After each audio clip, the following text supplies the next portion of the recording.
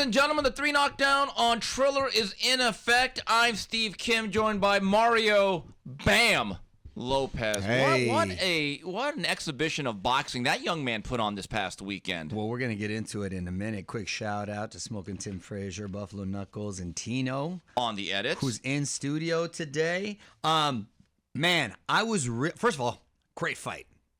Fun fight on Saturday night. I was working all day. I was tired to be able to relax and check that out live as it happened. I actually watched it live.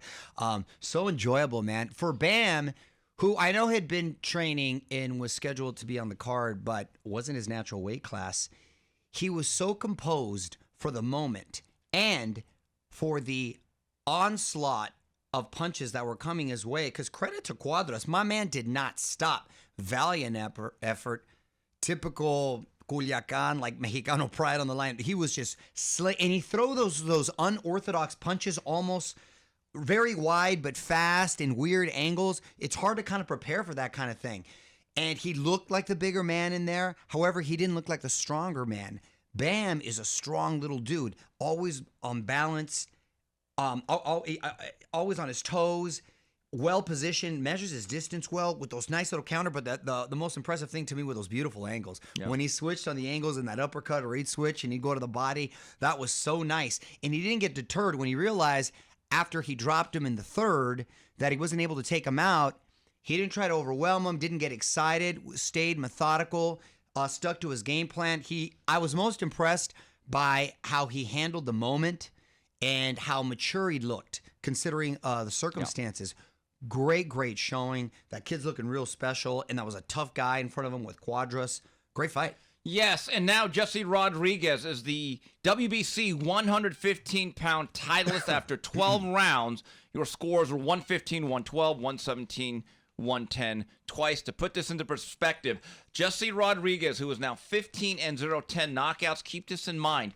I didn't know this until I read it.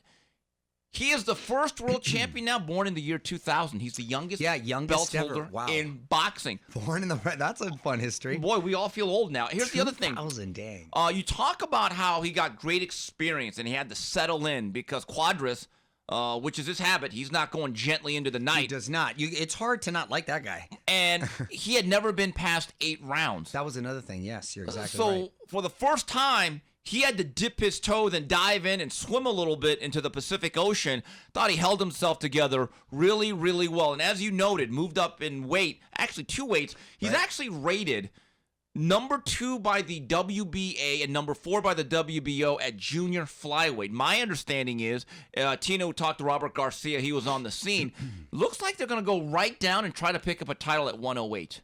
Wow, that's a lot. Listen, that's a lot of weight to cut for a little guy. Yeah, the percentage, body fat percentage. That's what I'm saying. And he's a lean kid, so... I mean, okay, I guess I just get concerned whenever fighters go up and they lose weight like that, right? Especially... and a lot of people say, well, it's only 3-4 pounds. But when you're of that stature, it does matter.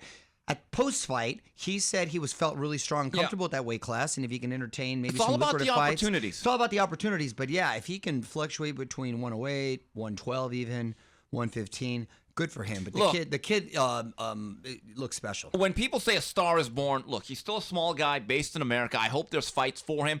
At the very least, I don't know how many cards he can headline in America, like a Roman Gonzalez who built himself to that point. But I like to call him calamari. He is a great appetizer that any type of guy that when he fights as the semi-main or the third fight, I'm not leaving my seat. To me, he's my other main event of the night, and he's got a hardcore cult following because of his skills and just the way he operates. Like you said, the pivots, the spins, the angles, the way he locks out his punches. The biggest difference, in my view, both got touched up a little bit. Cuadras, you're right, slaps a lot. He doesn't turn over his punches. When you look at Jesse Rodriguez, I mean, the barrel of the bat, he is hitting on the right side of the knuckles every single time. The kid's a textbook. But it's hard. Sometimes a style like Cuadras works to their benefit because you're not used to that style. Yeah. It's hard to block defensively, hard to make adjustments. That's why I was so impressed with Bam, is that he was able to not get discouraged because he did get touched a little bit, but didn't get hurt. And he remained composed through the whole fight. So credit to Garcia in that camp. I mean, we know there's a bunch of tough guys over there, but he's a well-schooled kid, and he looks fundamentally sound. By the way, I don't agree with your calamari appetizer analogy. I don't really like calamari, dude. What? A good Caesar salad, dude. I would liken him to a good Caesar You salad. need to go back to Phil Traney's. And I go there often. His calamari may be the best ever. It's almost like a meal within itself. How about the chicken wings? Sauce. Chicken wings. That's not an appetizer, Yes, Fraser. it is. Come on. What are you, going to Applebee's? Get out of here. No, I'm eating actual chicken wings. Yeah. No. See, this is taking a turn for the worse. So I don't know what big fight is out there. I know that he's talked about, and there was a quote on the DAZN press release, I would love to fight the winner of Roman Gonzalez, Julio Cesar Martinez. Here's the issue. It's still risk versus reward. I don't know if a guy like, let's say Roman Gonzalez beats Julio Cesar Martinez. He's probably looking at the rematch with Estrada for a lot more money than that little dynamo out of San Antonio. So in my view, the way you market Jesse Rodriguez is this, and he just signed with Matchroom co-promotion with Taken. If I'm Eddie Hearn, I ask him and his father and Robert Garcia, can you go 3 more times this year and let's try to pick up some titles, build up your resume, and build something. You got to be active. What also made this last performance really impressive to me, Mario, last year there were a lot of setbacks, a lot of cancellations, post moments. He only fought once last year. Yeah. So there was a little bit of ring rust involved. Yeah, you couldn't tell. And you're exactly right. And being that he's so young, as a matter of fact, the youngest champion now, there's no reason why he can't fight 3-4 times in this year. So congratulations to him. Yes, also on this past weekend from the Mandalay Bay in Las Vegas on Fox pay-per-view, he is back, welterweight contender Keith one-time Thurman at age 33 with a clear-cut 12-round decision over Mario Barrios. Your score is 118-110 twice and 117-111. Mario, I don't know, what do we make of a victory where you don't score a stoppage over a guy that got stopped by Tank Davis, who now technically is a lightweight? And as you saw the 2 frames, Thurman looked very robust, physical, and strong. Barrios looked like a tall, lean junior welterweight. I don't know what we really take from this performance. Well, considering the circumstances, he was coming off almost 2-year layoff. More than 2 years. Yeah, over 2 years. Yeah, you're right. Over 2 years. And Barrios is a legit guy. I know he got stopped by Davis, but he was in that fight prior to getting stopped. And I thought he filled out nicely for that weight class. I gotta say, I kind of was not hating what I saw with Thurman.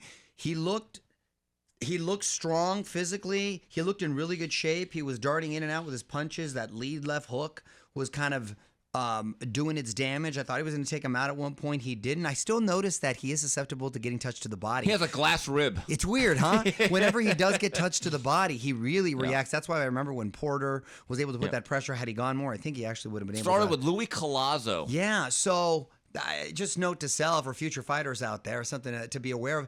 But I thought he looked good, considering I like his new wig. I think he should just go clean dome. Ooh. By the way, because he's got the face forward and stuff. He could pull it off. But I liked what I saw, considering the circumstances. I didn't pay for it, in case you're wondering, but I saw it. And again, going back to the principle of it all. But I thought, considering, he looked pretty good. You don't agree? Keith Thurman to me is still a dangerous, solid welterweight. Keep this in mind. Mario Barrios now with the PBC, he's basically what I would call the stuntman of the PBC. He's brought in to make stars look good. Jumping into a burning building, parachuting, getting into a car crash, all in the name of making the A-lister look good. He did his job. Barrios is not a puncher, even at 140. Go back to Barrios' track record. You were there when Spence fought Sean Porter. Mm-hmm. I thought he got beat clearly, but Pierre Akhmadev, right? That's right. I remember He that got fight, knocked yes. out by Tank Davis. So do I say that Mario Barrios is a top 15 welterweight? In my view, no, he's not. Now, you're right. Did Thurman show flashes of speed, power, and explosion? Yes, but it's all very sporadic now. In my view, if you're really an elite welterweight, you stop Barrios. Think about this. Now, listen, What would the narrative be, or what would you be saying if Bud Crawford, if he let Barrios go the distance, we'd be looking at that as a disappointing night. Let's be honest about it. Well, I'm being honest. I don't put him in the same level as Bud Crawford. That's a very short list. With that said, he's coming off the 2-year and some odd time. 2.5 years. 2.5 year layoff. You can't just throw him right into the wolves. So I thought that wasn't a bad test. Now, it's up to him if he wants to stay busy and continue to parlay this into bigger opportunities. And if he does, I'm interested to see him in the mix. Do I think he's in there with Bud? or Spence? No, but outside of that, I think he's a live dog on all the other fights. And judging by the comments of Keith Thurman in the post-fight press conference I was able to view, I don't know if he got a court order, but he has put together a restraining order against Bud Crawford. It's clear to me he's not getting within 50 feet of Mr. Omaha. What it seems to be in the PBC landscape is that Thurman is being lined up for the winner of Errol Spence against Ordenis Ugas. Now, that's a good fight. I don't know who's going to win. I don't know when they're going to announce it. I would think Spence might be too strong for Ugas. But let's say in 7-8 months at the end of the year, you made the winner, and let's say it's Spence against Thurman, I'd be interested. I'd like to see Thurman fight one more time to... Wait a minute. You're asking him to fight 3 times in a year? Listen. What? Listen, after that Wow. layoff, and his one time, I hope he's not calling himself one time as far as often as he fights. But if he fought one more time, then you might have a little bit of a buildup. Otherwise, then you're going to have a lot of excuses. Well, he only fought one time before, right? Yeah. But again, I think you're asking a lot for any world-class fighter, not just PBC. Outside of Canelo, these guys are basically fighting 2 or less times a year. But that's the reality. That's absurd. 3 times, I think, is fair. Mm-hmm. Also, on this pay-per-view undercard, Louis Neri ekes out a 10-round decision over Carlos Castro in a junior featherweight bout. Welterweight Jesus Ramos had some early troubles, but he stops Vladimir Hernandez in 6 and Leo Santa Cruz with 12. 10-round decision over Keenan Carbajal. And also from England this past Saturday, Chris Eubank kept putting Liam Williams on the floor, winning a clear-cut 12-round decision. Liam Williams kept getting floored by jabs early on, looked like a puppet with the strings cut out in the early rounds. Also, fight preview, I don't know what to really think of this fight. Next Saturday on DAZN, Daniel Jacobs takes on John Easy Ryder. I don't know what to say other than it's going to happen. News and notes, though. Some interesting things here as we continue on with the 3 knockdown rule on Triller with Mario Lopez and Steve Kim. March 19th, I'm going to call it LA Nights. We're going to have 2 shows literally 10 minutes from each other in our fine city, in the City of Angels. Crypto Center, which used to be the Staples Center, on Showtime, the rematch for all the marbles at 154. Jermel Charlo takes on Brian Castano. Ooh. And then... fight on from the campus of USC, Galen Center. That's right. On DAZN, Virgil Ortiz and Golden Boy is holding a show there. Night? Yes, it is. Oh, that sucks. I don't get that. That's awful. We can't go Friday night on one? Oh, man. I mean, I love me some Virgil Ortiz, but I thought Castano got a raw deal in the last one. Did you agree with me that you thought he won? I thought he should have had his hands raised in victory, yes. Yeah, so do I. Do you see it playing out any different this time? I don't, you know what? This is a gut feel. I get the sense that Charlo is the more adaptable, athletic fighter, and he will make adjustments. He might win a more conclusive decision this time. I'm favoring Charlo, believe it or not. Or Castano gets even more confident, and the momentum continues, and then he even is not as reluctant to continue to take it up a notch. I think it's a really good, close fight. That is obviously the better matchup, more compelling matchup. Damn, I hate they're on the same night. Yeah, and I asked someone at Golden Boy, why? Yeah. Why are we doing this March Madness? And they said, Steve, we were there. We were already going to do. They were okay. So they planned it first. You know, look, there's 2 ways to look at it.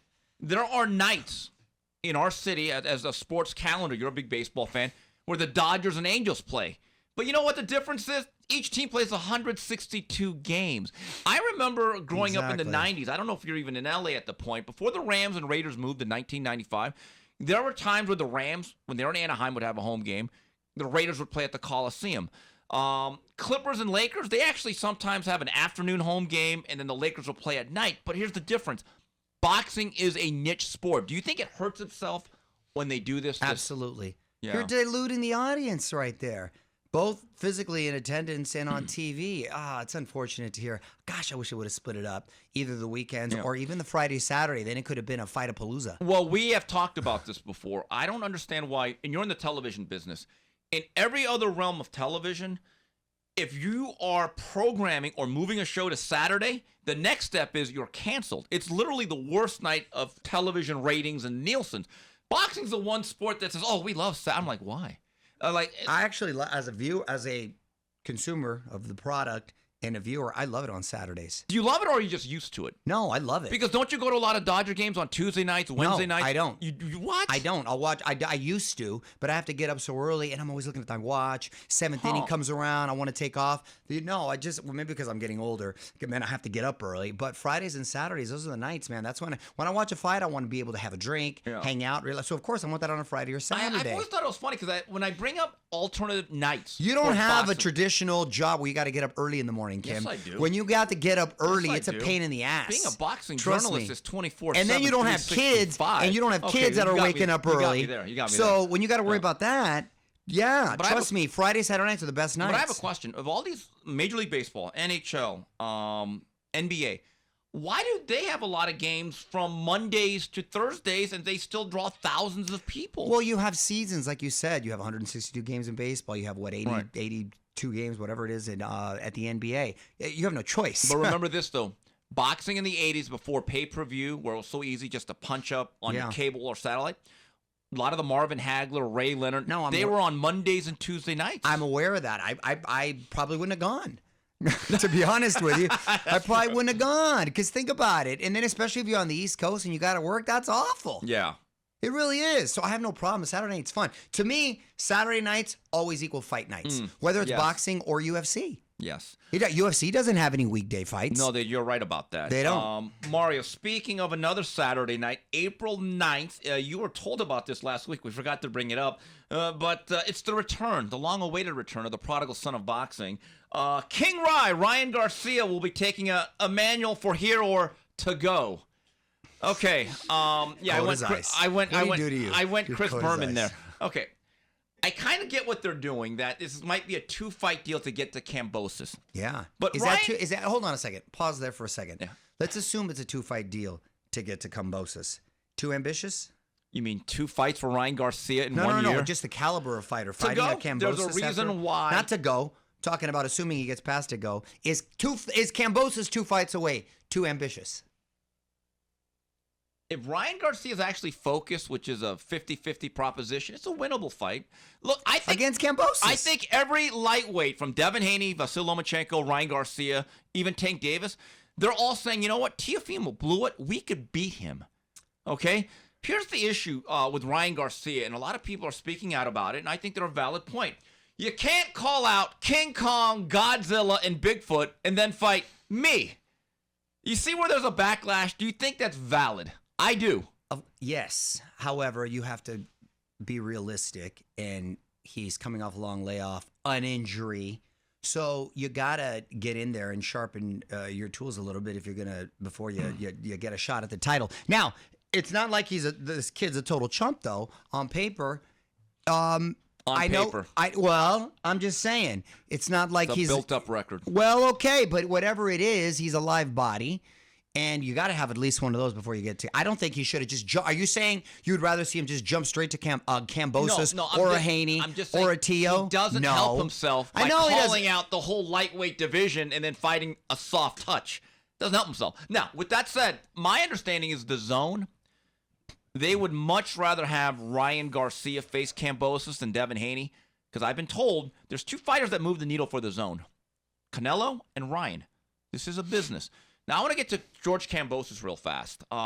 Wait, you're skipping over Tagoe. Talk a little bit about not here. He's from Ghana. But Tagoe. He's got a nice record. But Ghanaian fighters at least are pretty durable for the most part. They are. Okay, so he'll take a lot of punches. There's a reason why they chose him.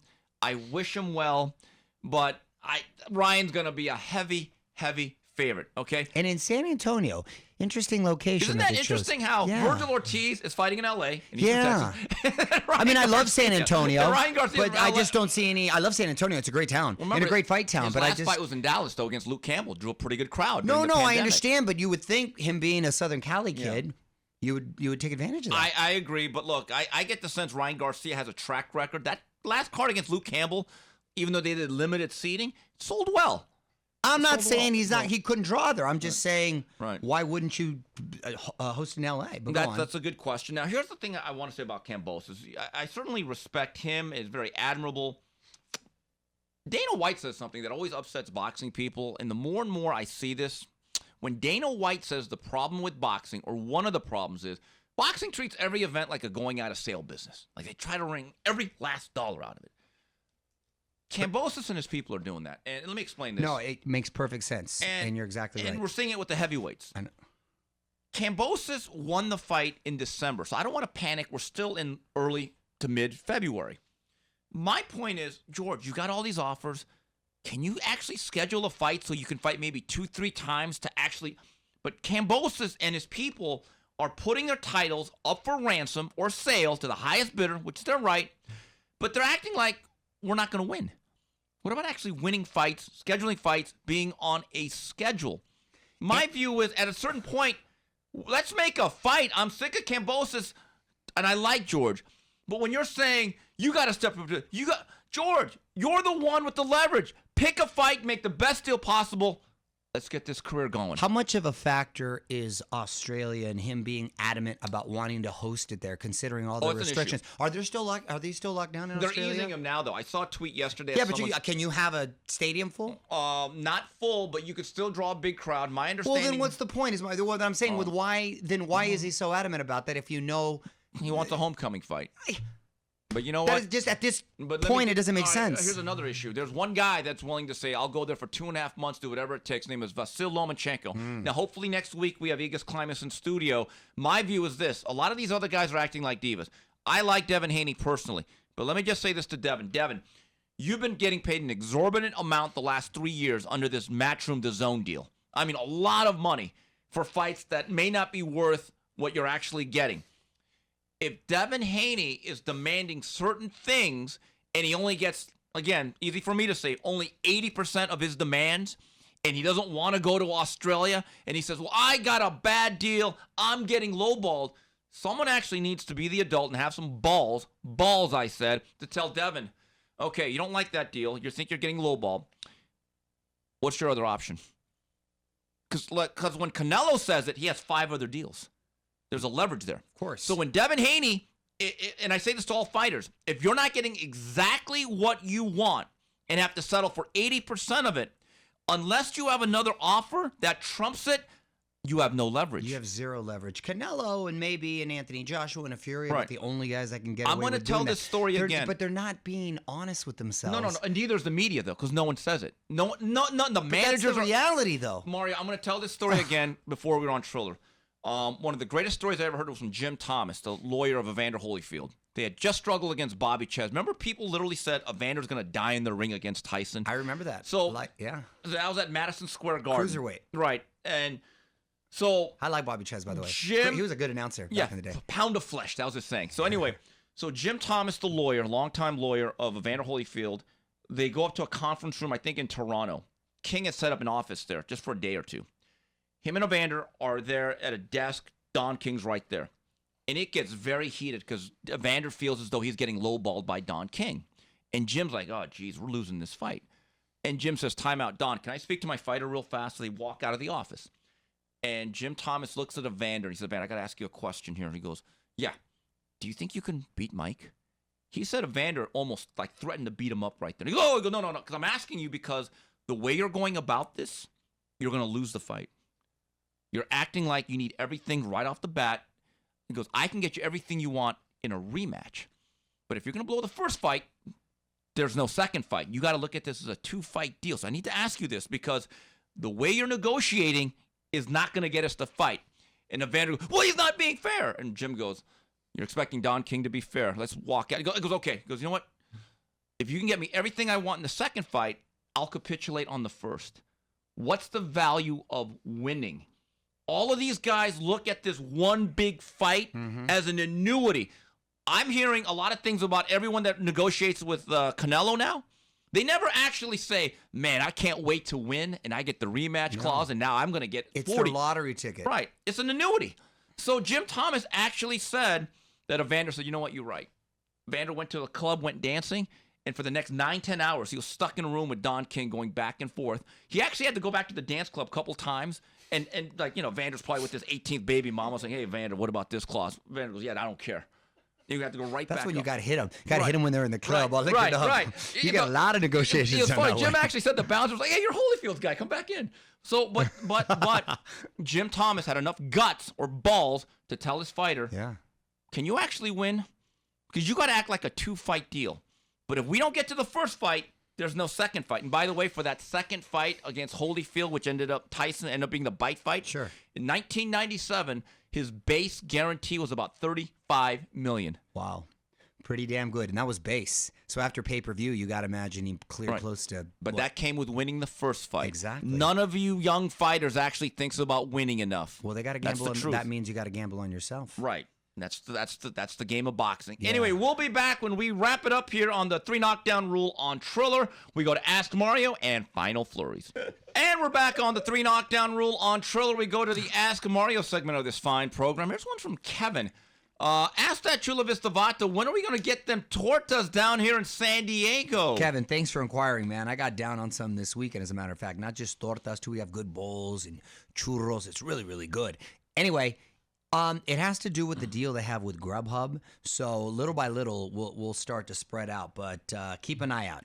Coming soon. And also, he asks, how many more fights till Bam Rodriguez will have his full man strength? In my view, Mario, he's 22 now. I think within 3-4 fights at age 23, 24. No, I disagree with you.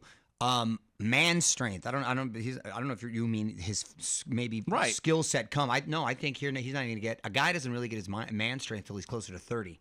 I'll be honest with you. I'm serious. But You he can is see a it with- flyweight, though. Remember, that's a little different. They age quicker, though, don't they? I guess. But generally speaking, a man usually doesn't come into Yeah. his man strength until he's Right. closer to like 30. Okay. Here's one from Adam Fahey. Very interesting question. Would you like the idea of the ring, led by Doug Fisher, ordering fights so we can get the best versus best above and beyond the bodies, sanctioning bodies, so we get the fights the fans crave? Spence Crawford at 47, better be of Bivol at 75, etc., etc. Well, of course, in a perfect world, that would be incredible. Unfortunately, it's such a fractured sport, and with different promoters everywhere, that's what makes it tough. Here's the issue. I love the ring rankings, and they're very consistent no matter what anyone says. The question is, how do you make them an official sanctioning body? That's the whole thing. Right now, they are a publication that is ingrained in the history of boxing, very well respected, and I trust those guys led by Doug Fisher. The problem then becomes, well, how do you get the rest of boxing to fall in line and say, well, yeah, that's our regulatory board? They got to start paying sanctioning fees. See, now we got That's what that happens. becomes another issue. Therein lies And the the reason issue. why the ring can have a lot more integrity is they're not making money off of this. Right. There's no need to protect a Gary Russell there's who no doesn't incentive, defend his. sure. Yeah, so anyway, here's one from Mendeli _SD. All right, Lopez. We currently have 2 undisputed champions, technically 3, and another will be crowned in March with Castaño Charlo. Which weight is next in 2022? 122, 47, 75, or heavyweight? Here's the question. At 122, Stephen Fulton and Akhmadaliev both have the belt. Fulton has a tough fight against Danny Roman, who is his mandatory.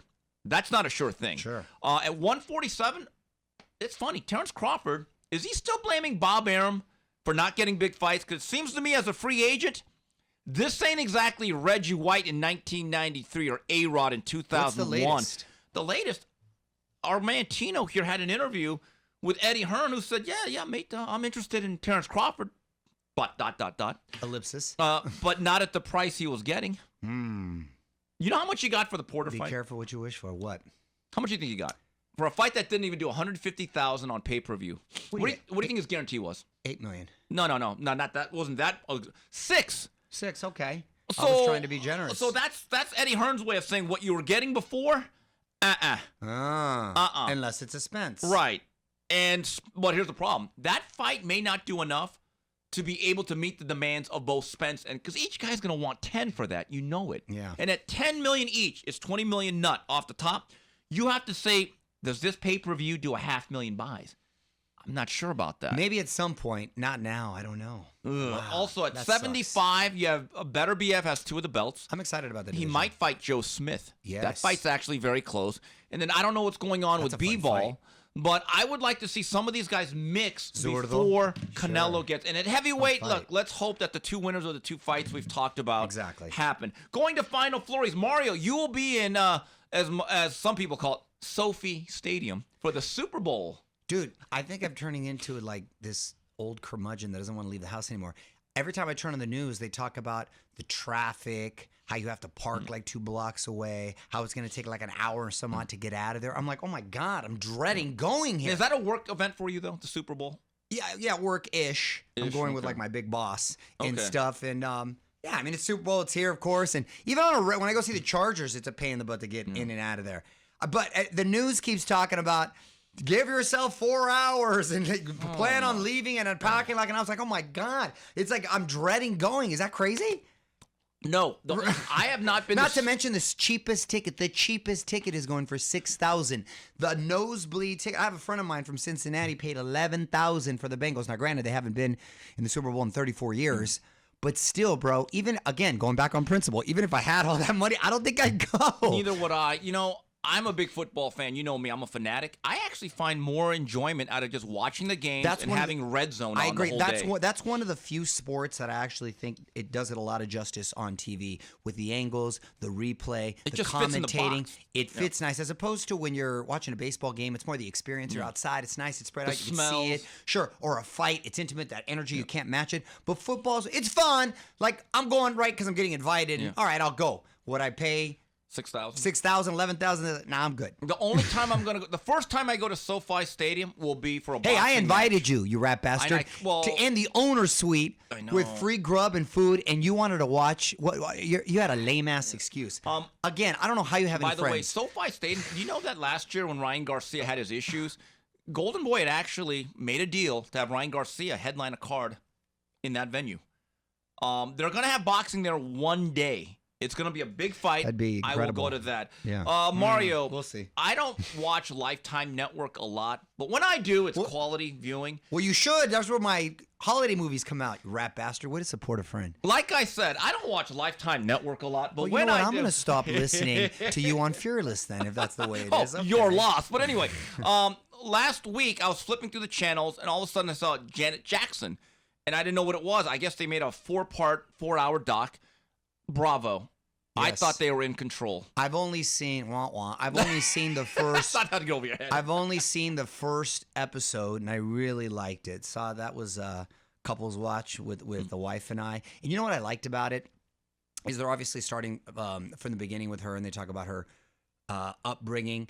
That they celebrate her father. Yes, her father. As we've Long heard live Joe Jackson. We've heard over the years, he was a tough guy and abusive. Good. Listen, look it. They were coming from. They were coming from the murder. Sometimes you got to kick a little Gary, ass. Indiana. That was the murder capital of the United States at that point. He had 9 kids, bro, in a 2-bedroom home. A lot of potential to get into gangs, drugs. He worked in the steel mill. He came back, and instead of like buying extra stuff for himself, he spent that money on instruments for his kids. And he said, hey, we're going to make something of these kids, and we're going to he kept them out of the streets. That is a real man. And that was a celebration of the power of a father figure. Yes. And if we had more Joe Jacksons in the world, we wouldn't have probably half the problems we have in this country. So bravo to him. And I really like how both the brothers, and because they interviewed Tino and Tito, pardon me, and I think Randy a couple times. And even the sisters, and they really speak highly of their dad. Yeah. And they said if it wasn't for Joseph, which still trips me out that they called him my first name, but if it wasn't for Joseph, we wouldn't be here. You wouldn't have a Janet Jackson, and it's awesome. And you know what? She's absolutely right. Great things take sacrifice. Great things are not easy. Great things take discipline. Think about Janet Jackson. She's an absolute titan, and in any other family, she's by far the biggest star.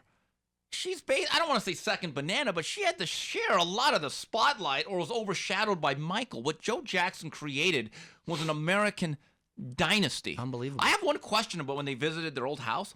Is that a museum or do they still own the house? That's what my wife said too. Well, why are the pictures still there? Yeah, maybe they let him stage it. Is it like I think they just let him stage it. I guess. Isn't that what? Maybe it's a museum because that's what my wife goes. Wait. Do they still live there? Yeah. Why do they have the pictures that's still there? And they're still pristine. We're gonna finish it. We're not gonna. Well, there's 3 more parts. We'll get to at least 1 or 2 tonight. Okay, another documentary. So we're watching that one. Another one that I'm gonna watch on the heels of that I want you to watch because I know you'll enjoy it too.